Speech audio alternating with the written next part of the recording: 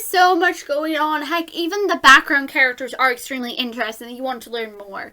There is definitely something more going on with the residents of the Pink Cafe, especially with Kay.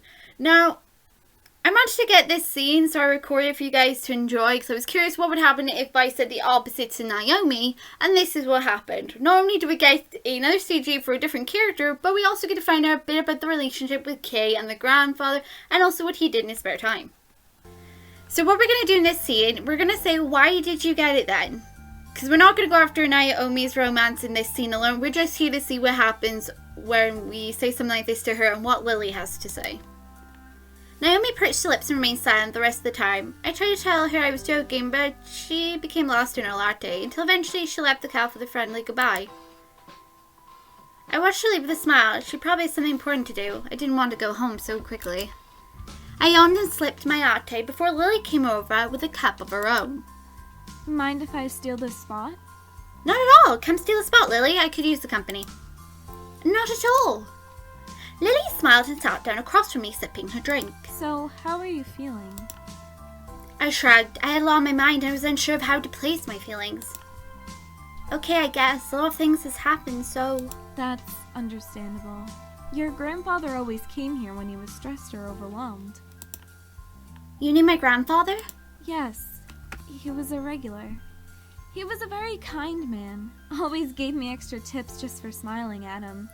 However, he mostly came to talk to Kay. They were practically inseparable. I stared at Lily, surprised to hear about my grandfather like this. I always thought he stayed home because of his health, but I guess that wasn't the case. I sipped my drink before tilting my head at Lily. What did my grandfather usually talk about? The company, mostly. It was stressful for him, but he always left here with a smile. Kay has that special ability to talk to people, I guess. Lily frowned slightly, looking into her cup. Kay was affected the most by his death. She didn't come in the day he was publicly announced dead. I felt myself frown and looked to my drink as well. I remember the amount of sadness I felt during his funeral and closed my eyes. Grief is painful and it never is easy to cope over. Would I ever fully move on eventually? I let out a small sigh and took a sip of my drink. He loved to talk about you, you know. I looked up to Lily in surprise, seeing his smile at me. He cared for you a lot, and always talked about how you helped him with his toys. The smile he got every time your name came up could brighten a dark room. I felt my heart warm at Lily's words. She smiled at me, sipping her drink before continuing. Whatever is going on in your life will pass. Your grandfather had full faith in you and knew you would be happy whatever came your way. It was like hearing grandfather speak through Lily. I felt my eyes water softly, so I reached up and wiped my eyes over my new forming tears. I missed him, I really did. Thank you, Lily. It means a lot to hear you say that. Lily smiled and nodded before finishing a drink and standing. Well, back to work I go. This place can't run on its own.